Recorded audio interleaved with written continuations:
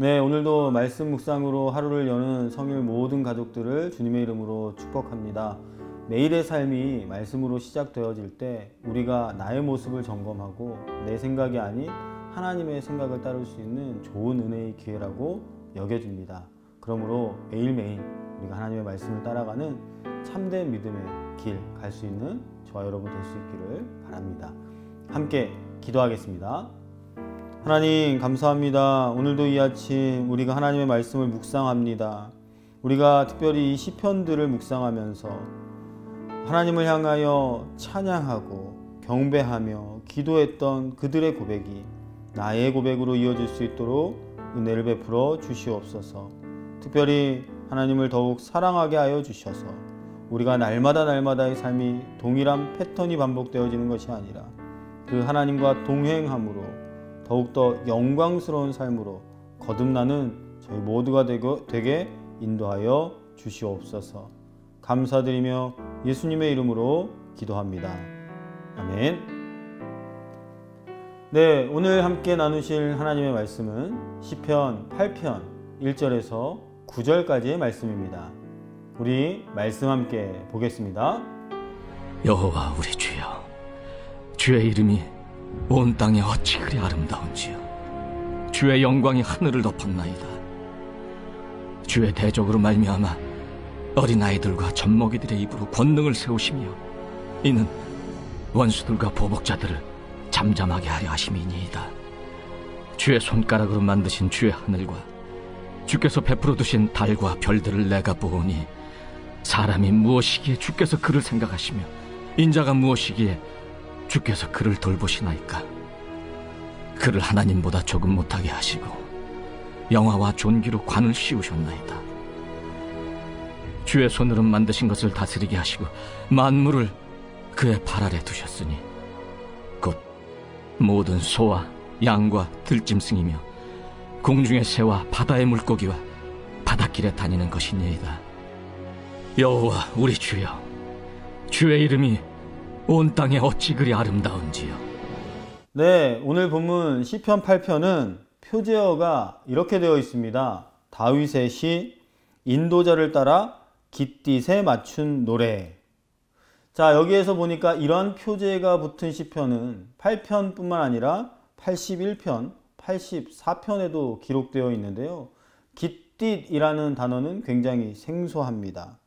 그런데 이 깃딧이라는 용어가 어떤 반주용 악기이거나 특정한 리듬을 지칭하는 말로 여겨진다라고 합니다. 구체적으로는 블레셋, 가드에서 사용되었던 악기의 이름이거나 그 가드의 행진곡 리듬일 것이라고 학자들은 여기고 있습니다. 이방에서 사용되던 악기나 리듬이 이스라엘에서 하나님을 찬양하는 악기나 리듬이 되어버린 것이죠. 또 어떤 학자들은 포도주 틀을 밟는 동안에 부르는 노래라고 이야기합니다. 어쨌거나 이것을 종합해 볼 때 오늘 이 시편 8편은 굉장한 기쁨으로 하나님 앞에 나아가는 고백이라고 할 수가 있을 겁니다. 그래서 오늘 이 시편 8편을 함께 보실 때 왜 오늘 다윗은 또 한 번 하나님 앞에 기쁨으로 감사의 찬양을 올려드리는가를 볼 수 있어야 할 텐데요. 오늘 본문에 1절과 9절 동일한 어구가 반복이 되어 있습니다. 이 시편 8편의 주제이기도 한데요. 이렇게 기록되어 있죠. 여호와 우리 주여, 주의 이름이 온 땅에 어찌 그리 아름다운지요. 자, 여기에서 여호와 우리 주여라는 호칭에 주목해 볼 필요가 있습니다. 우리말로는 여호와와 우리 주는 다른 단어처럼 여겨지지만 오늘 영어 성경에 보니까 O Lord, Our Lord라고 표현되어 있습니다. 그런데 앞에 쓰여져 있는 Lord는 대문자로 쓰여져 있고요. 두 번째 Our Lord의 Lord는 첫 문자만 대문자로 쓰여져 있습니다. 표현 방법이 다르다라는 건데요. 먼저 이야기하는 여호와, 야훼로 쓰여진 이 로드는 모세에게 처음으로 하나님이 본인을 계시하실 때 주신 이름입니다. 다시 이야기하면 하나님이 우리와는 다른 초월하신 또한 전능하신 존재로서 하나님을 표시하실 때 이렇게 이야기하죠. 그리고 두 번째 로드는 히브리어로는 아도나이, 우리말로 주님이라는 뜻인데요. 초월자 하나님보다는 우리 인간들 개인적으로 어떤 밀접한 관계를 맺게 될 때에 이러한 주님이라는 용어를 사용하게 됩니다. 그러니까 여호와는 초월자, 또한 주님은 개인적으로 우리와 관계를 맺으시는 분. 의미가 조금 다르죠. 그런데 이 두 가지 용어가 함께 쓰여지면서 시편을 시작하고 있습니다. 이 두 가지 용어가 이 시편을 이해하는 데 중요한 키가 될 것 같은데요. 왜냐하면 그 의미가 완전히 쓰임새와 사용 용도가 다르기 때문입니다. 먼저 여호와는 우리가 감히 근접할 수 없는 위대하고 거룩하신 분이고, 주님은 우리와 언제나 가까이 계시며 밀접하게 교제하시는 분이기 때문입니다. 그러니 우리가 하나님을 이해할 때 천지를 창조하신 분인 동시에 나와 관계하시고 나를 사랑하시는 분, 우리의 이성으로 이해할 수 없는 존재이기도 하시지만 또한 우리의 이해관계와 이성으로서 온전히 이해되는 수준에 있는 분이 하나님이시다라는 거죠. 이러한 하나님의 모습은 어떤 부분에서는 조금 이상하게 들릴 수도 있는데요. 예수님을 보시면 잘 알 수 있습니다. 예수님은 하나님이신 동시에 이 땅에 우리를 위하여 오신 하나님의 아들이셨죠. 이 의미로 이해하면 조금 더 쉬운 접근이 되지 않을까라고 생각을 합니다. 어쨌든 본문의 처음 부분은 초월자이신 하나님을 경배합니다. 주의 이름이 온 땅에 참으로 아름답다라고 표현을 하는데, 이 아름답다라는 것은 우리가 흔히 이야기하는 아름답다라는 표현보다는 장엄하다, 위대하다라는 표현과 어울립니다. 그리고 그 위엄은 하늘 위에까지 가득 차 있다라는 거죠. 하나님의 이름과 비교할 수 있는 것이 아무것도 없다라는 것입니다. 그리고 3절에 보니까 주의 손가락으로 만드신 주의 하늘과 주의 베풀어 두신 달과 별들을 내가 볼 때 그 하나님의 위대함을 느낄 수 있다라는 겁니다. 우주를 만드신 하나님, 우주보다 크신 하나님, 그 하나님께서 우리의 하나님이 되시는 것이고, 오늘도 우리에게 말씀하시는 하나님, 우리의 기도를 들으시는 하나님이 그러한 위대한 하나님이라는 것을 우리가 먼저 깨달아 알 수 있어야 하는 것이죠. 광대하시고 위대하신 그 하나님께서 우리의 하나님이 되어 주셨다라는 고백입니다. 그런데 그 하나님이 그 위대하심을 묵상했던 다윗이 4절에 와서는 갑자기 다른 주제로 바꾸어서 하나님 앞에 고백합니다. 사람이 무엇이간데 주께서 저를 생각하시며 인자가 무엇이간데 주께서 저를 권고하시나이까. 이것은 한탄이라기보다는 그의 신앙 고백입니다. 하나님의 진정한 위대하심은 이렇게 미천한 작은 한 사람을 생각하시고 그를 권고하시는 것에서 드러난다고 고백하는 겁니다. 아무리 위대하고 아무리 광대하고 정말로 전능하신 하나님이라고 할지라도 사실 우리와 아무런 개인적으로 밀접한 관계가 맺고 있지 않다면 그게 무슨 의미가 있겠습니까? 그런데 하나님은 그러지 않으시고 이 작고 미천하고 비천한 우리를 너무나도 귀하게 여겨주시고 사랑해 주신다라는 것입니다.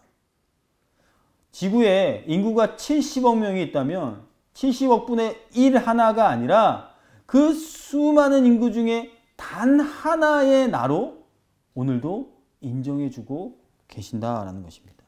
그런데 그 하나님께서 어떻게 하신다고요? 오늘 기억하고 잊지 않고 주의 깊게 살피고 관찰하고 권고한다, 돌보신다라고 말씀하는 것이죠. 우리가 아무리 연약하고 부족한 삶을 산다라고 할지라도 그 하나님의 돌보심, 그 하나님의 관심이 여전히 그치지 않고 있음을 강조하고 있는 것입니다. 그래서 하나님이 위대하시다라는 거죠. 그 하나님이 전지전능하신데 그렇게 나를 나 하나만 존재하는 것처럼 살피시고 돌보신다라는 겁니다. 그래서 우리가 이 하나님을 알아갈 때 진정한 참된 기쁨과 평강, 그리고 말할 수 없는 은혜를 경험하게 되는 것입니다. 오늘 이 아침 우리가 말씀을 묵상하면서 어떠한 이유로 묵상을 시작하셨는지 모르겠습니다. 습관을 따라서 할 수도 있고요. 그리고 묵상하지 않으면 괜히 불안해서 할 수도 있고요. 또한 내가 무언가 해야 하는 이유가 생겨서 할 수도 있습니다. 그런데 그 모든 이유를 덮어서는 것이 오늘 이 시편의 고백처럼 하나님이 되어야 한다는 것입니다. 그 위대하신 하나님, 그 하나님께서 나를 잊지 않으시고 돌보시며 우리와 개인적으로 친밀한 관계를 맺기를 원하시는 하나님, 그 하나님이 우리와 동행하기를 원하시는 그 부분을 우리가 바르게 한다면 우리의 묵상의 이유, 우리의 기도의 이유는 다른 것에 있지 아니하고 오직 하나님으로부터 시작되어야 할 줄로 믿습니다. 그리고 이 묵상과 기도가 정말로 하나님을 바르게 알 수 있는 통로가 되어진다면 우리가 이 시간을 놓치지 않을 수 있게 될 것입니다. 그러므로 오늘도 우리가 이 시편을 묵상하면서 다른 모든 것을 제쳐두고라도 우리가 하나님께 집중할 수 있는 시간이 되었으면 좋겠습니다. 우리가 기쁨으로 하나님께 영광을 돌리는 삶이 되기를 간절히 소망합니다. 어떻게 기도해야 할지 모른다면, 어떻게 묵상해야 할지 모른다면 오늘 저는 제안드리고 싶습니다. 이 시편 8편의 말씀을 그냥 나의 기도문으로 삼으시고 나의 묵상의 주제로 삼으시고 계속해서 반복해서 한번 읽어보십시오. 그러다 보면 하나님께서 나를 사랑하시는 그것이 어떤 의미인지, 또한 나는 하나님을 어떻게 그간 생각하고 있었는지, 또 이제 나의 고백과 기도가 어떻게 바뀌어 갈지, 그 기도와 묵상의 반복으로 인하여 온전히 경험하게 되리라고 믿습니다.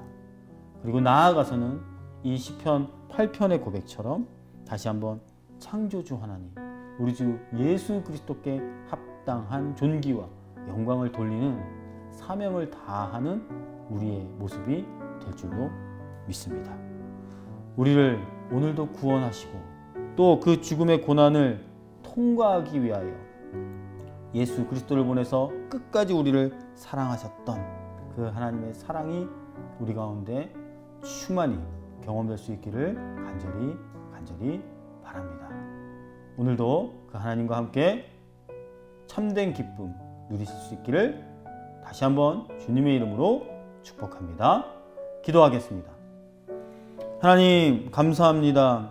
오늘도 내가 이 첫 시간을 기도하고 묵상하기를 원합니다. 그러나 그 이유가 하나님이 아닌 다른 것에 있었다면 이제 모든 이유, 모든 중심이 하나님께만 맞춰질 수 있고 그 위대하고 광대하신 하나님 또한 나를 누구보다도 잘 아시고 세세하게 돌보시기를 원하는 그 하나님과 올바른 교제가 있게 하여 주시옵소서. 그리하여서 나아가 우리도 이 다윗의 고백처럼 하나님의 온전하심에 대한 기쁨, 감사, 찬양이 날마다 샘솟게 하여 주시옵소서. 어떻게 기도하는지 몰라 기도하지 못했다는 핑계를 대기도 하고 말씀을 의무적으로 바라보며 위안으로 삼았던 그러한 삶이 아니라 이 모든 것을 벗어나 진정 하나님과의 교제가 무엇인지, 그 관계에서 누려지는 행복이 무엇인지 바르게 깨달아 알아갈 수 있는 우리 모든 성일 가족들 될 수 있도록 주님 축복하여 주시옵소서. 그럴 때에 오늘도 주님께서 허락하신 참된 기쁨이 우리의 삶에 충만하리라고 믿습니다. 그렇게 되기를 다시 한번 간절히 소망하고 소원하오며 우리 주 예수 그리스도의 이름으로 감사하며 기도하옵나이다. 아멘. 네, 오늘 말씀 묵상 하시는 가운데 아까 말씀드렸던 것처럼 더 깊은 기도, 묵상 반복하여 읽으면서 해보시면 좋겠고요. 또 나아가 교회와 나라와 민족을 위하여서도 함께 기도해 주시기를 바랍니다.